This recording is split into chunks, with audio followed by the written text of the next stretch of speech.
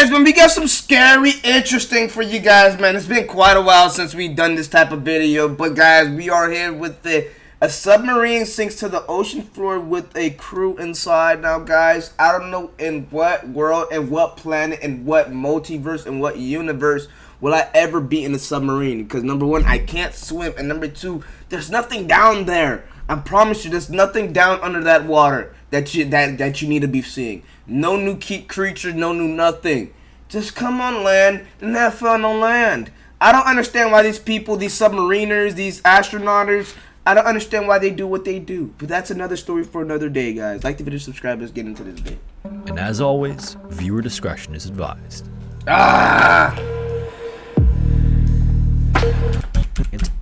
World War I and the first shots of World War II. Between the end of World War I and the first shots of World War II, navies around the world were tirelessly developing and testing submarine technology. To that point, fighting a war under the sea was done by primitive means, but the early 1920s marked a significant leap forward in submarine capabilities. This was used for war, okay, back in the days, alright, so it makes more sense. Countries raced one another to build and deploy more advanced submarines capable of diving deeper, faster, and for longer than ever before. Like other countries, the United States invested heavily in bolstering its navy with top-of-the-line, state-of-the-art subs, and in 1938, it launched its class of Sargo ships, which were equipped with a new lead-acid battery that was resistant to battle damage. One of these was known as the USS Squalus, which was one of the first in its class and was capable of reaching depths of up to 250 feet, surface speeds of up to 20 knots, and distances of 11,000 miles on a single tank of fuel. Damn. Even by the growing standards of submarine technology, the Squalus and its sister ship, the USS Sculpin, were advanced beyond their years. I was just about to say that, bro. What, this was back in World War I days? And you had submarines like this? Oh yeah, you were definitely advanced. Bro, and this leads to another thing. Like, if you were this advanced in like certain things, certain technologies like boats and things like this, I can imagine nowadays in 2024 what they don't show us. I just can't imagine that. That shit is going to be absolutely ridiculous, guys. 10 years from now, we're going to be seeing a whole new world. But that's another story. They had been designed for another day, like I said. World War II for the task of cutting off Japanese trade and could escape enemy planes by fully submerging in less than a minute while operating at full speed, which was something that no other sub could do. Once the Squalus was completed, the Navy began a battery of test dives to ensure that its design was safe and its parts were capable of withstanding all that was expected of it. And this testing process was something that countries took incredibly seriously because a total of 825 men from 18 subs across multiple countries have been killed in sub-accidents between 1921 and 1938. Damn! Submarining as a result. 1921 through 38? Had earned the moniker the Coffin Service by the media and public. But the Sargo class of ships aimed to undo that much people inside of the submarine? And thankfully, by then, in its test runs, the Squalus was performing its functions and purpose to near perfection. On the morning of May 23, 1939, the Squalus left the mouth of the Piscataqua That's probably River a bad way to another die, test dive man. With a crew that included 53 officers and sailors. Also along for the ride were 2 civilian Navy engineers and a representative from General Motors who had designed the batteries. Then, under the command of Rear Admiral Oliver F. Naquin, the sub was put on a course toward the coast of New Hampshire, just a few miles from the Isle of Shoals. The test for the day would include underwater maneuvers and several dives and resurfaces, and it would be as routine a test as the ship had faced. Around 9 a.m., the horn sounded throughout the sub, indicating a pending dive command from the captain. At this point, the sub was on the surface and traveling at 16 knots, and the admiral stood behind a large board in the control room filled with lights that would illuminate red or green depending on the status of different parts and pieces of the ship. The dive process relied heavily on the engine room crewmen, and at the sound of the horn, they would need to cut the diesel-powered engines quickly and then close the air vents before the ship submerged. Right before he gave the official dive Oh boy, I already know how this was gonna go. You rely heavily on these dudes to do that job? The admiral ensured the entire panel was lit up green, and then when everything appeared as it should, he gave the final order, and the Squalus dipped beneath the surface. When it did though, a fluttering of air pressure occurred in his ears just before the intercom blared with a sailor shouting to take the ship back up to the surface. Despite what the board indicated, one of the vents was still wide open and seawater was rushing into the engine rooms. Admiral Oliver just stared in disbelief. What was being reported by his crew was impossible based on what he was looking at. But either way, he then immediately ordered that the ballast tanks be blown to get the Squalus to the surface as quickly as possible.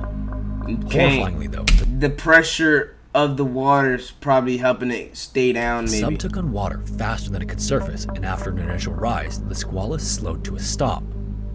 Meanwhile, in the engine room, the crew was fighting a torrent of water, just trying to survive as the ship tilted downward at a 45-degree angle and then began a rapid descent to the sea floor. Oh, It was shit! then that Oliver was faced with a decision no officer ever wants to make. He knew that the survival of anyone on the ship relied on the closure of the watertight doors between the control room and the engine room compartments. Doing this, however, would trap Nigga, get out! Swim up! Fuck it! Whoever dies, dies! those who were Swim still up. inside while they flooded completely. But at the same time, not locking off the compartments would ensure that everyone on board would die. Oh, Admiral wow, Oliver was wow. known as a strict, no-nonsense discipline leader, and his tact had a very good reason behind it. In submarines, every single decision and action anyone on board can make can result in disaster. There was just no room for error, and at times like that, unfortunately, there was no room for humanity. Oliver then gave the order to seal off the control room compartment with the men inside. As the man responsible for this order, You animal. a man named Lloyd Manus started to put all his weight into closing the 200-pound door. He heard the screams of men begging him to wait, but there was no time. Water was already rushing toward the bulkhead behind them, so the compartment door had to be sealed immediately. As he pulled the door closed, several of those battling the water made it through to safety before it slammed shut. He then cranked its wheel and ensured it was watertight, ultimately sealing the fate of those left in the sub's 4 flooded compartments, including Sherman Shirley, who was Lloyd's best friend. Tragically, Sherman's wedding date was supposed to be the following Sunday, and Lloyd was supposed to be his best man. Among the others were 17 The fact that he has to live with that now. Oh. crewmen who tried to seal themselves in the torpedo room and 9 in the engine room and rear battery rooms. One man even climbed a hatch ladder and tried to push open the door to the ocean outside, but the sea pressure was too strong on the door to push it. The Squalus then continued to fall toward the bottom as the batteries in the flood compartments were fried by the water. And as if the uncontrolled descent wasn't terrifying enough, the lights flickered before going out completely, plunging the crew into complete darkness. This then led to a new problem. The chief electrician, Lawrence Gaynor, then grabbed a flashlight and climbed into the crawl space where the batteries were stored. Since the batteries lined the entire length of the ship's keel, Why are we still here? I understand this is a submarine and it's probably tough to get out of this. Yeah, you don't want any more water pumping inside of this thing, this ship. But it's time to get up out of there. I'm pretty sure there's a door. To hell with it. Get under there. Or there's something you can wear, some swimsuit of some sort that you could just swim. You know, it has to be many of them something. were already submerged, but the ones that weren't were wet and at risk of catching on fire. Lawrence also noticed that they were losing voltage fast, causing them to Just sinking down to deeper levels. I mean, that's not helping you. smolder, and if the heat reached the battery cell, there would be an explosion that would I would be cause dead though. I wide can't open. swim. But I'm Even by the guessing time- to be on the submarine, you need to know how to swim. He reached the batteries. They were already smoking and well on their way to heating past the point of no return. He then flipped one of the disconnect switches, and the flash of light completely blinded him. So next, without his sight, he felt around the other remaining battery and managed to find the second switch to stop it from exploding, narrowly averting a much more serious incident. Back in the control room, they had no idea how far they were going to fall, and the sub was only rated for a maximum depth of 250 feet or 76 meters. If the ocean floor was much further than that, there was a possibility the sub would implode before touching down. All they could do was wait in the silence and darkness as the sub groaned its way deeper and deeper into the ocean. Then, fortunately, Wow. with a heavy thud, the Squalus impacted the bottom of the Atlantic at a depth of 240 feet or 73 meters. When it did, it came to a rest, sticking straight up, completely perpendicular to the surface. The 33 survivors were then trapped in the air pocket they had created by sealing off the rest of the sub. However, despite what should have been chaos, they didn't even need a moment to take in the reality of their situation. Their training kicked in, and being trapped at the bottom of the ocean was a scenario they simulated often, so each of them knew their roles and began to execute. The first task was for the sub to signal its location by releasing a buoy that was attached to a cable. The buoy would not only help rescuers spot them, but it would also provide communication between the sub and the surface through the cable. Additionally, the Squalus was able to shoot off flares and smoke bombs to grab the attention of anyone on the sub. Wow, they were really advanced and ahead of their time for them to have that. Wow, that's clutch. As they went through these procedures, the men couldn't help but wonder if anyone in the other compartments ended up surviving. So one of them grabbed a hammer and began tapping on the airlines that ran to the back of the hull. If anyone was alive, they'd respond by doing the same.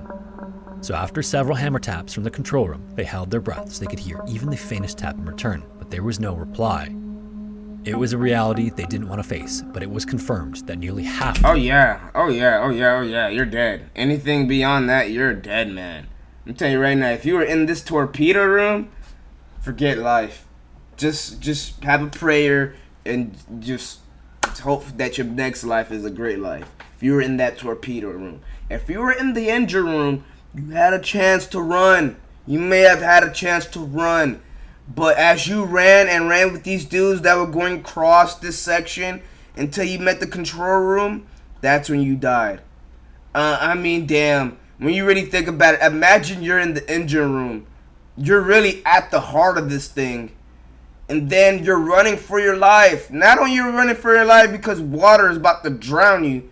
You're running for your life with people to have this door shut and to be your fate that you're going to drown to death.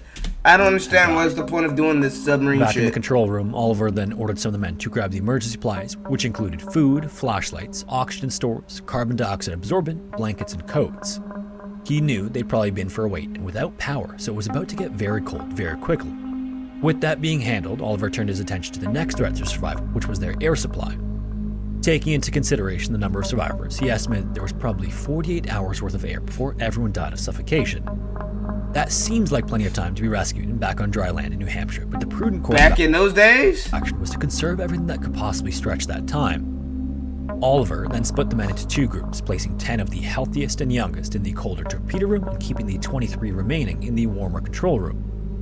One of the men then started handing out devices called Momsen lungs, which are a breathing apparatus that can be used from a reasonable depth to swim to the surface. The crew of the Squalus was 40 feet or 12 meters deeper than the Momsen lungs were rated for, and it was uncertain if they'd even work at that depth.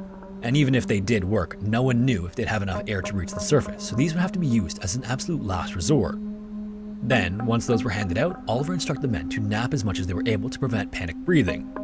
Before long, the temperature in the sub was 35 Fahrenheit or 2 Celsius. This dude right here was the leader, though. That move, I disagreed with the move of him closing the door, but he had to do it. I'm not mad at it. The more that the story goes on, I can't be mad at he closed the door. Inner hull was beginning to form a layer of ice on it. Can't. Some of the men were able to fall asleep. Just being a leader. And to stay calm, some of them took to whistling a tune. They would just have to wait until rescue arrived or the air ran out, whichever came first. When the Squalus failed to return to the shipyard when expected, its sister ship, the Sculpin, was preparing to leave New Hampshire for Panama. But upon hearing that the Squalus was in trouble, the Sculpin left port and raced to the coordinates the Navy gave them. When they reached them though, the Sculpin's captain Warren Wilkins was puzzled not to see the emergency buoy anywhere. This was because, somewhere in the rush to get the search of the Squalus underway, the coordinates were written down incorrectly, and the Sculpin was in the wrong area. If not for one of the ship's lookouts who spotted a flare further out, the Squalus may have never been found. Luckily, that wasn't the case, and Warren then handed down orders to head in that direction, and as they drew close, they spotted the buoy and pulled up alongside it. Below the ocean in the Squalus, the crew actually heard the sound of a sub-engine above them, and morale inside skyrocketed just knowing that help had found them. Moments later, Oliver's voice was heard inside the Sculpin. He said hello, and Warren replied in kind, but then a second later, the phone went dead. As the two captains were greeting one another, an ocean swell snapped the buoy cable, and the Sculpin quickly lost track of the location of the Squalus. Then for hours afterward, the Sculpin had to actually drag a hook along the bottom of the ocean, hoping to run into the sub. They would eventually find it again, but this cost the rescue effort precious time. The Sculpin then connected a new buoy and waited for reinforcements from other ships. Then, instead of using a direct communication, they used Morse code to I wonder how much oxygen is left at this point. With one another, and the Squalus communicated the number of survivors in the sub. The Sculpin then tapped back code for the letters SRC. Oliver immediately knew what that meant, and he expected that he'd hear it at some point.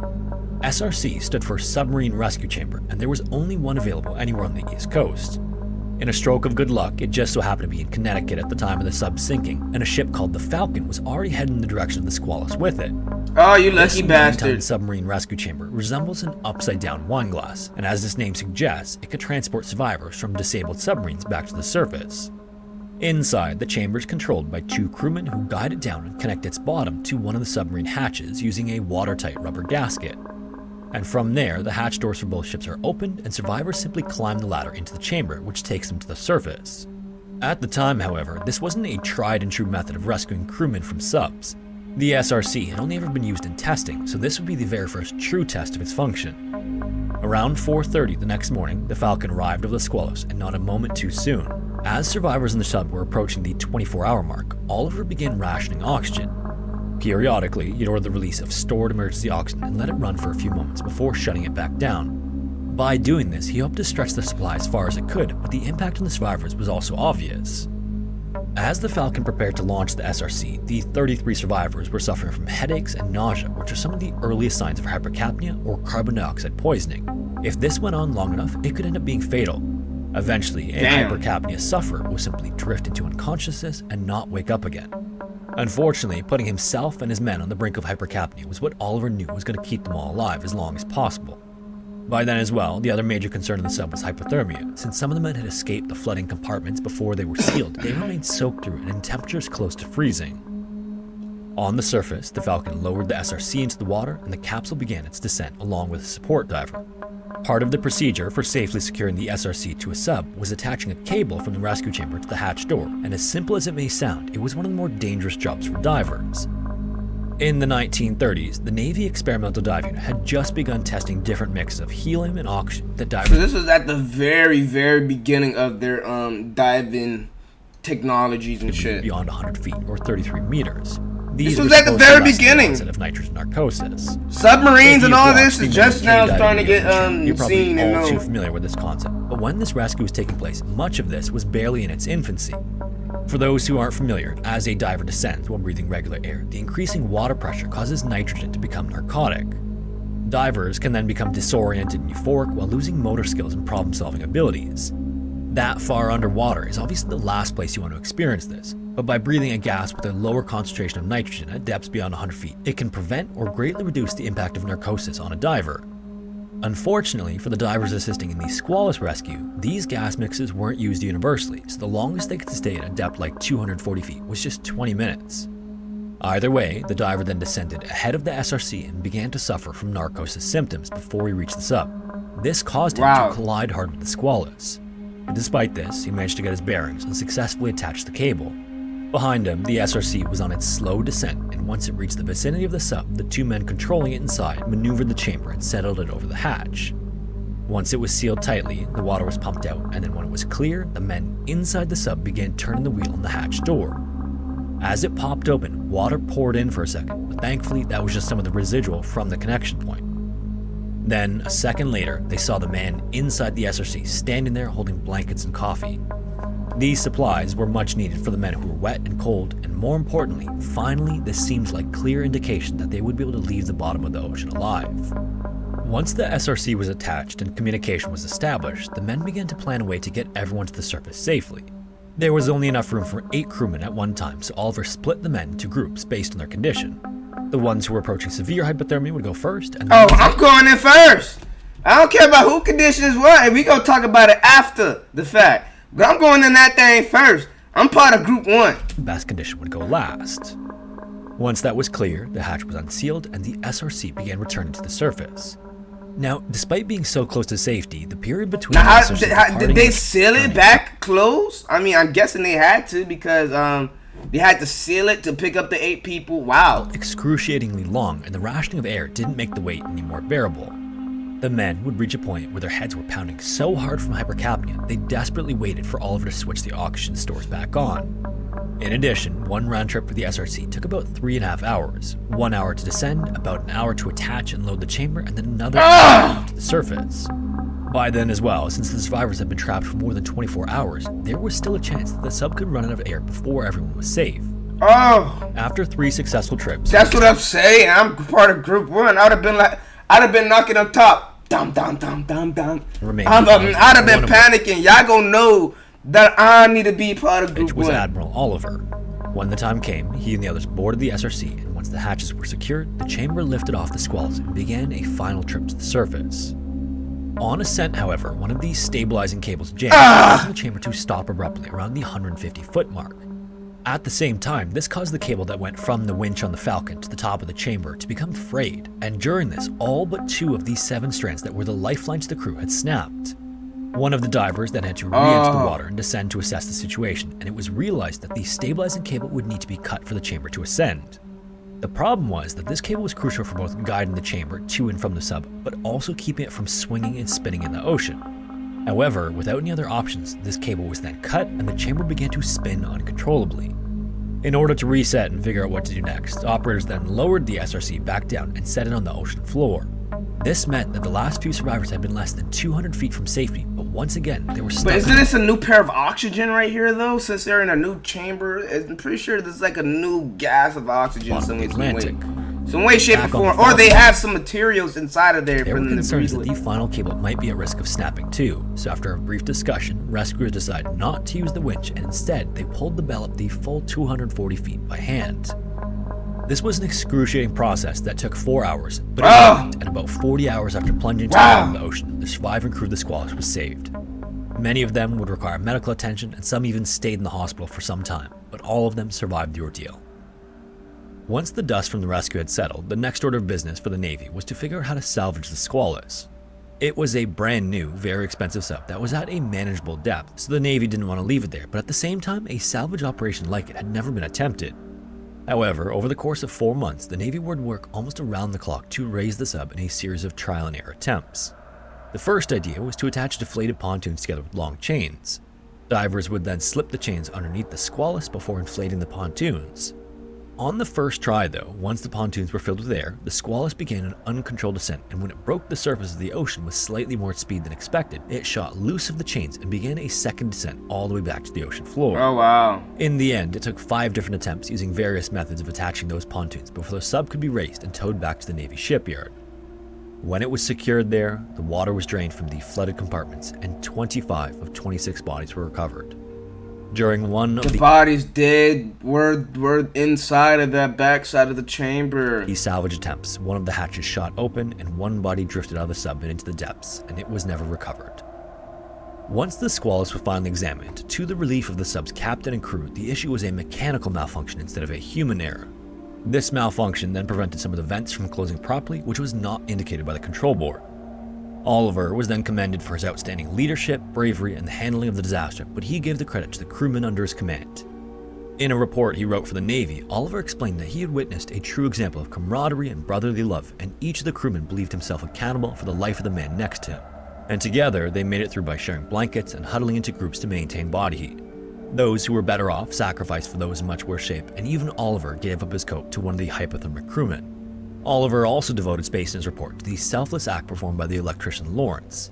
In the captain's mind, Lawrence's quick thinking in disabling the remaining batteries to prevent the explosion was what truly saved them. And this came at a cost for Lawrence too. When he disabled the first battery, it completed a circuit that sent literal lightning bolts around the hull, so that he'd live the rest of his life with vision issues. Once all of the investigations were finished, although the damage to the Squalus was extensive, it would ultimately be salvageable. After its repairs, it was recommissioned as the USS Sailfish, and 3 of the Squalus survivors they repaired that? Even came back to serve as part of the crew. Among the others, 4 died in action during World War II, and Admiral Oliver never commanded another submarine again. He instead opted to become an engineering officer on the USS California, which happened to be a target during Pearl Harbor, but fortunately, he was ashore when the attack began and survived. 2 years later, the Sculpin was sunk by a Japanese destroyer, and the Sailfish returned the favor by sinking that destroyer. It then served admirably during World War II and was eventually decommissioned shortly after. And more than 80 years later, the rescue and recovery of the Squalus and its crew is still one of the Navy's most challenging operations ever. To this day, the incredible effort of Oliver and the crew is part of the Navy's official handbook on submarine rescue. If you made it this far, thanks so much for watching, and if you have stories... That's tough, man. That is absolutely tough. Now, guys, if you made it this far, like to subscribe. I ain't gotta tell you to, you already should know to. But, it's your boy Fetti. And I'm out!